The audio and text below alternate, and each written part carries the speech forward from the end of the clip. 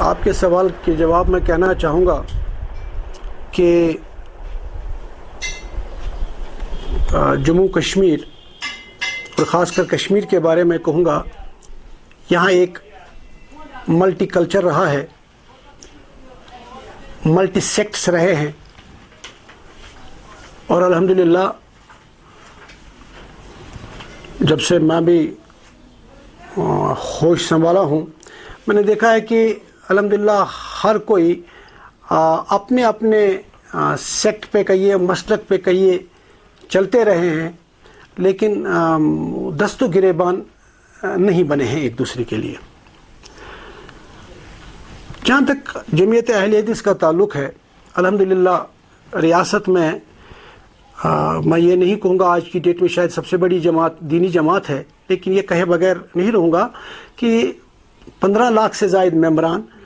800 سے زائد مساجد اور 150 سے زائد سکول ہمارے موجود ہیں، اور ہم چاہیں گے کہ ہم یہ سارے انسٹیٹیوشن جو ہمارے ہیں ان کو ہم اس مشن پہ، جو مشن ہمارے لیے رسول اکرم صلی اللہ علیہ وسلم چھوڑ گئے ہیں، قال اللہ قال رسول اللہ صلی اللہ علیہ وسلم، قرآن اور حدیث، اس کی آبیاری کے لیے ہم سارے انسٹیٹیوشن استعمال کر کے، تاکہ ایک ملی اتحاد پیدا ہو جائے۔ میں سمجھتا ہوں کہ اس میں کئی مشکلات ہیں، کئی مشکلات اس میں آ رہی ہیں، لیکن ہمارے جہاں تک ہمارے موقف کا تعلق، منہج کا تعلق ہے، وہ قرآن اور سنت ہے، اور قرآن اور سنت کے دائرے میں جمعیت اہل حدیث کسی حد تک ملی اتحاد کو عملی شکل دینے کے لیے سب سے پیش رہے گی انشاءاللہ۔ یہ بتائیے گا کہ جو مسلمانوں کا پوٹینشل ہے وہ مسلکی اختلاف میں ضائع کیا جاتا ہے، اس کو صحیح نہج دینے کے لیے کیا کچھ دیکھیے کی جا سکتی ہے؟ دیکھیے، مسلکی اختلافات کی کئی قسمیں ہیں۔ کچھ ایسے اختلافات ہوتے ہیں جن پہ کمپرومائز ہو ہی نہیں سکتا، اختلاف بجائے، اگر کچھ اختلاف ایسے ہوتے ہیں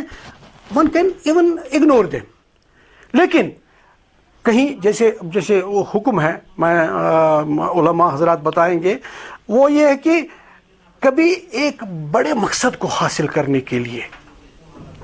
کسی بڑے مشن کو حاصل کرنے کے لیے اگر انسان کو کوئی چھوٹا مشن یا کوئی چھوٹا مقصد قربان بھی کرنا پڑے، وہ کر سکتا ہے اور کرنا چاہیے۔ کیوں؟ نظر میں بڑا مقصد ہے، اور جب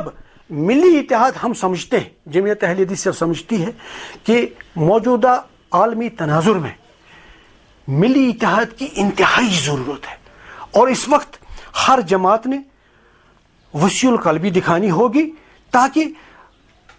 باقی جو اغیار ہیں وہ ہمیں آپس میں ڈیوائڈ اینڈ رول کی پالیسی پہ عمل کر کے اپنی دال